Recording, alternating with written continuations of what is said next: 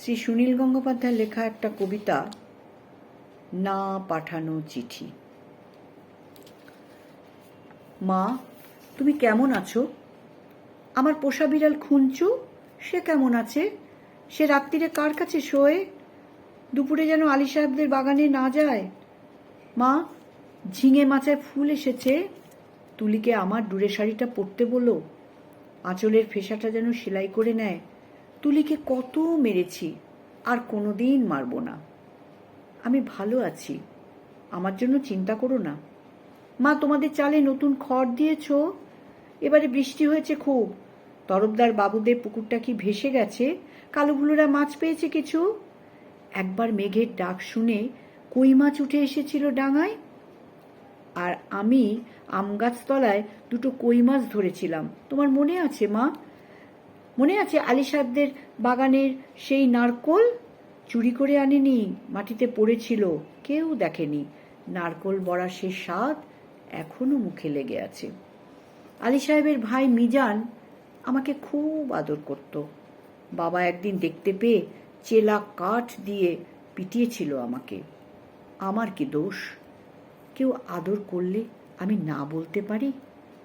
আমার পিঠে এখনো সে দাগ আছে। আলী সাহেবদের বাগানে আর কোনো দিন যাইনি। আমি আর কোনো বাগানেই যাই না মা। সেই দাগটায় হাত বুলিয়ে বাবার কথা মনে পড়ে। বাবার জন্য আমার খুব কষ্ট হয়। আমি ভালো আছি, খুব ভালো আছি। বাবা যেন আমার জন্য একটুও না ভাবে। তুলি কি এখনো ভূতের ভয় পায় মা? তুলি আর আমি পুকুর ধারে কলা বউ দেখেছিলাম, সেই থেকে তুলির ফিটের ব্যারাম শুরু হলো। দাদা সেই কলা গাছটা কেটে ফেললো। আমি কিন্তু ভয় পাইনি, তুলিকে কত খেপিয়েছি। আমার আবার মাঝরাত্রে সেই কলা বউ দেখতে ইচ্ছে করে। হ্যাঁ, ভালো কথা, দাদা কোনো কাজ পেয়েছে। নকুলবাবু বলেছিল বহরমপুরে নিয়ে যাবে। দাদাকে বলো আমি ওর উপর রাগ করিনি। রাগ পুষে রাখলে মানুষের বড় কষ্ট। আমার শরীরে আর রাগ নেই। আমি আর এক ফোঁটাও কাঁদি না মা। আমি রোজ দোকানের খাবার খাই, পটল ভাজাও খাই। হোটেলে কিন্তু কখনো শাক রান্না হয় না। পুকুর পাড় থেকে তুলি আর আমি তুলে আনতাম কলমি শাক। কি ভালো, কি ভালো!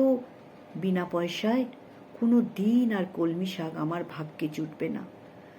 জোর হাওয়া দিলে তাল গাছের পাতা সরসর করে, ঠিক বৃষ্টির মতো শব্দ হয়।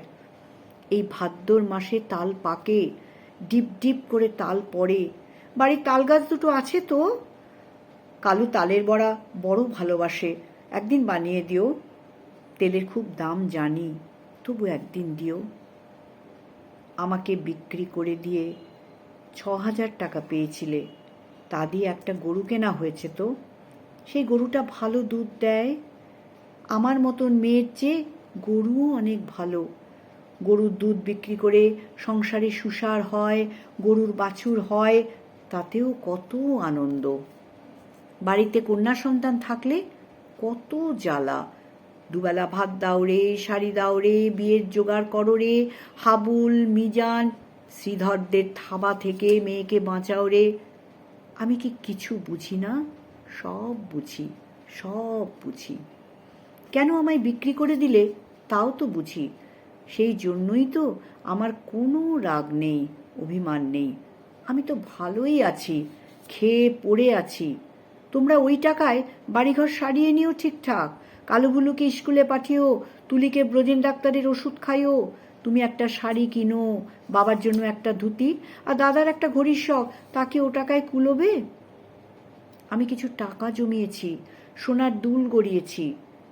একদিন কি হলো জানো মা? আকাশে খুব মেঘ করেছিল। দিনের বেলায় ঘুরঘুরটি অন্ধকার। মনটা হঠাৎ কেমন কেমন করে উঠল। দুপুরবেলা চুপি চুপি বেরিয়ে ট্রেনে চেপে বসলাম। স্টেশনে নেমে দেখি একটা মাত্র সাইকেল রিক্সা। খুব ইচ্ছে হলো একবার আমাদের, না তোমাদের বাড়িটা দেখে আসি। রথতলার মোড়ে আসতেই কারা যেন চেঁচিয়ে উঠল, কে যায়, কে যায়? দেখি যে হাবুল শ্রীধরদের সঙ্গে তাস খেলছে দাদা। আমাকে বলল, হারামজাদি, কেন ফিরে এসেছিস? আমি ভয় পেয়ে বললাম, ফিরে আসিনি গো দাদা, থাকতেও আসিনি, একবার শুধু দেখতে এসেছি। হাবুল বলল, এটা একটা বেবুশ্যে মাগি। কি করে জানলো বলো তো? তা কি আমার গায়ে লেখা আছে? আর একটা ছেলে, চিনি না, বলল, ছি ছি ছি, গায়ের বদনাম।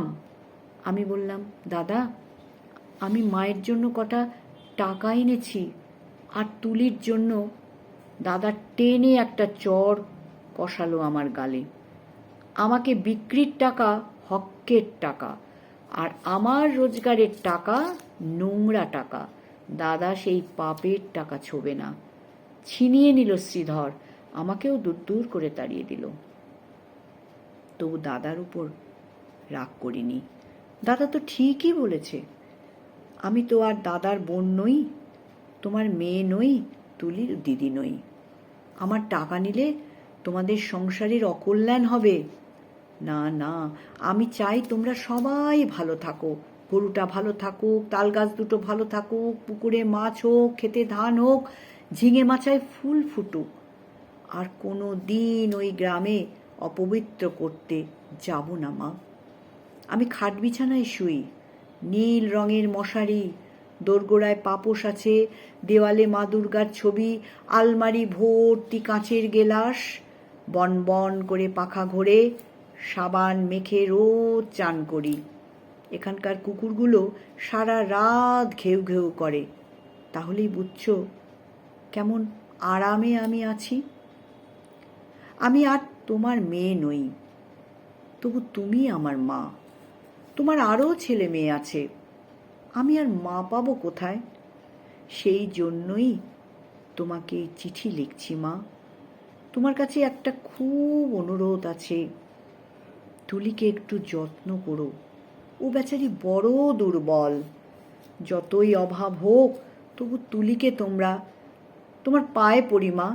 বাবাকে একটু বুঝিয়ে বলো, তুলিকেও যেন আমার মতন আরামের জীবনে না পাঠায়।